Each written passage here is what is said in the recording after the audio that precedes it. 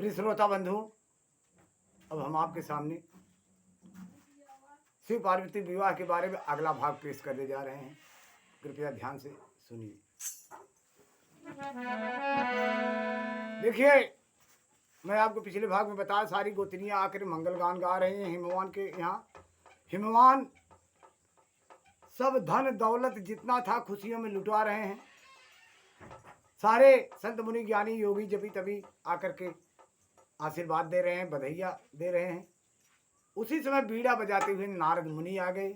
नारद मुनि आए तो राजा रानी उनका स्वागत किस प्रकार करते हैं और किस प्रकार भवानी यानी कन्या के कर्म का विचार करवाते हैं नारद मुनि से, क्योंकि नारद मुनि भगवान के अंशावतार थे। बीड़ा बजाते हुए त्रैलोक में भ्रमण करते थे। उनका काम ही था सत्य ज्ञान देना, न्याय करना। लोग बोलते हैं कि नारद झगड़ा लगाते थे, लेकिन झगड़ा नहीं लगाते थे, वो न्याय करते थे। वो भगवान के अंशावतार थे। कहीं देवताओं की बात असुर को बताते, असुर की बात देवता को बताते। असुर अन्याय करते थे, देवता अपनी प्रभु का सलाह, त्रिदेव का सलाह लेकर के उनको इस तरह पछाड़ते कि फिर अधर्म का काम रुक जाता, धर्म ही धर्म होता। इसलिए नारद न्याय वाले देवता थे। बीड़ा बजाते हुए नारद मुनि हिमवान के महल में पहुंचे। किस प्रकार पहुंचते हैं देखिए।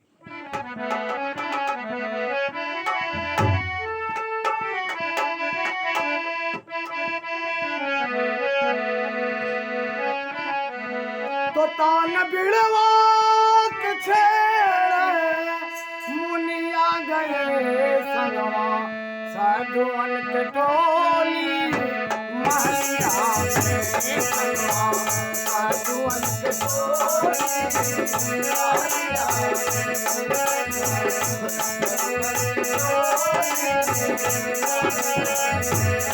तान बिड़वा के छेड़े मुनिया गए संगवा, साधुअन के टोली महलिया में संगवा, साधुअन के टोली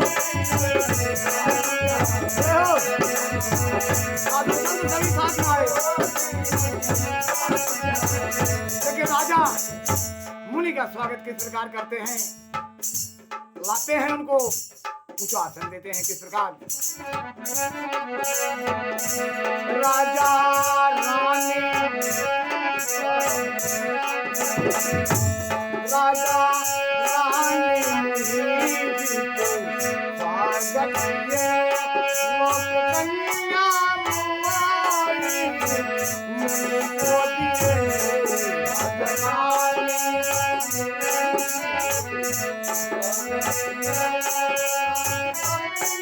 मुनि जी के गोदिया दिए।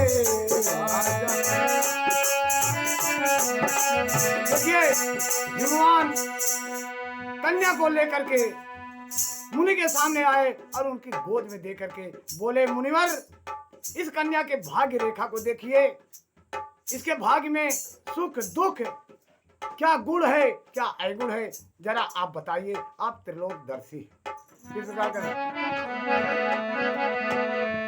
राजा रानी मुनि जी का स्वागत किए, लाके कन्या मुनि जी की गोदिया दिए। राजा रानी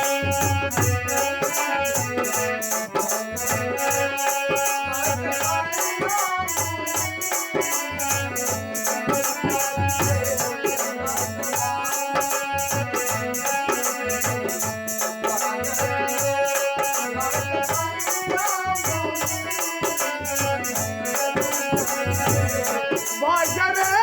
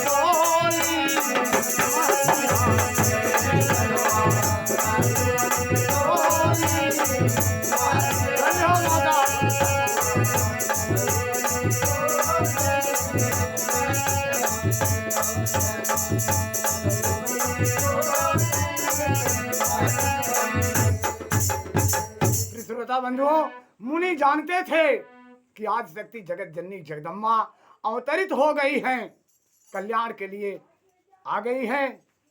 देखते हैं और झुक करके मन ही मन प्रणाम करते हैं मैया को। देखिए कन्या रूप में थी पार्वती। राजा से बोलते हैं, राजन कन्या में सर्वगुण संपन्न है, सब गुण है, कोई गुण ऐसा नहीं है जो संसार में न हो, लेकिन एक कुछ समस्या है। राजन और रानी चकित हो जाते हैं कि समस्या क्या है मुनि। तो मुनि बताते हैं, किस रूप से बताते हैं।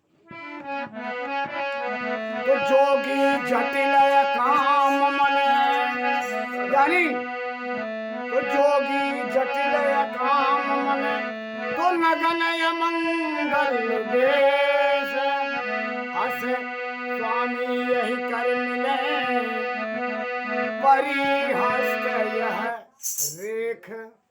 यानी जोगी जटिल अकाम, योगी रूप होगा, जटिल जटाओं वाला होगा, अकाम काम वासना नहीं होगी, और नग्न भेष होगा, अमंगलकारी होंगे। यही इनको पति मिलेंगे, यही इनके हंस रेखा में एक गड़बड़ी मिल रही है, और तो सब सुंदर सुंदर है। ये बात राजा सुन करके हृदय में बहुत दुखी हुए। लेकिन मैना माँ थी, कुमारी, फूल जैसे कुमारी, अभी जन्म ली, और उसको ऐसा पति मिलेगा। मैना सुनकर घबरा गई और रोने लगी, और रो करके कहती क्या है, ए पलक, कैसे कहती है? अरे मैना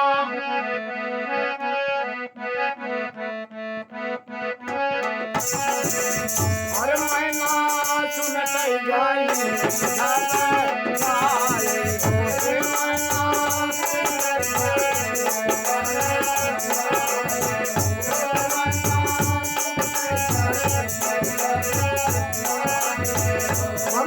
मैया मैनावती कुमारी कन्या यानी फूल जैसी कन्या को देख करके भाग्य रेखा में एक जोगी जटिल अकाम मन नगन अमंगल वेश, ऐसा अगर स्वामी मिलेगा तो हमारी कन्या तो मर जाएगी। हमारी फूल जैसी कन्या बहुत दिनों के बाद हमारे घर में चिराग जला है, उजाला हुआ है। आज ये कन्या के भाग्य में ऐसा लिखा है। घबरा करके कैसे कहती क्या है, अरे पिटिया रही है भले कुमारी,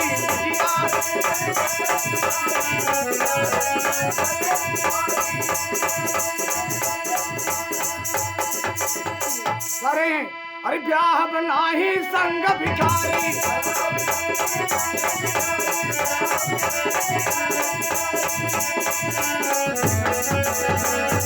अरे मैना नैना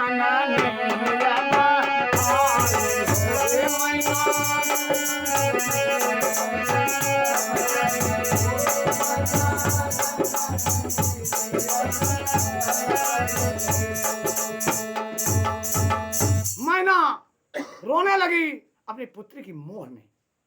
कितनी कोमल सी कन्या, इसके भाग में यही जोगी जटिल अकाम मन नगन अमंगल वेश, ऐसा पति मिलेगा तो हमारी बेटी बल्कि कुंवारी रह जाएगी। लेकिन ऐसे भिखारी के साथ मैं अपना बेटी का हाथ नहीं दूंगी।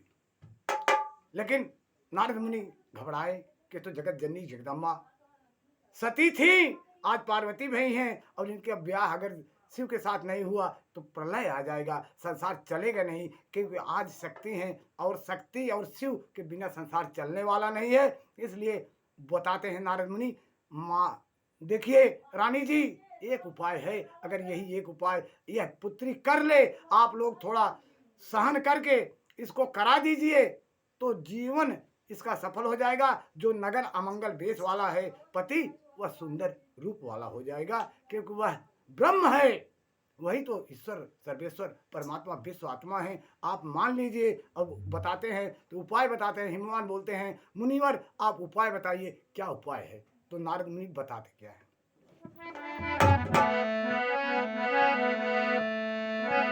अरे ये कही रुपया राजा रानी हो माना, बतिया हमारे कहीं मैया राजा रानी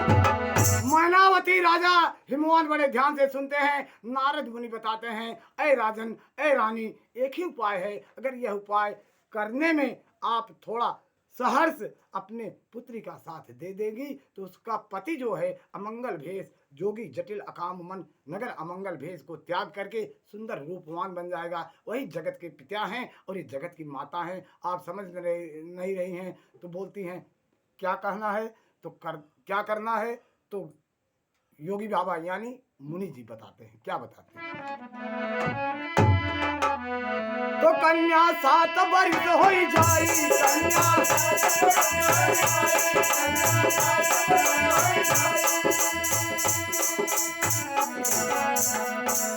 तो यही क्या जंगल देव पठाई,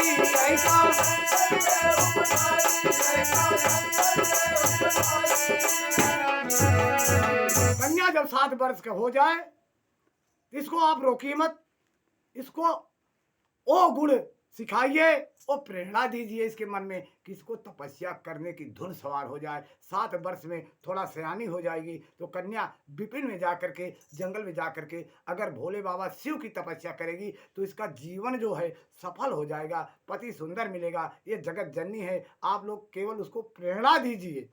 तो कहते क्या है, हर शिव के तपस्या कर भारी न हो माना पतिया, शिव के तपस्या कर भारी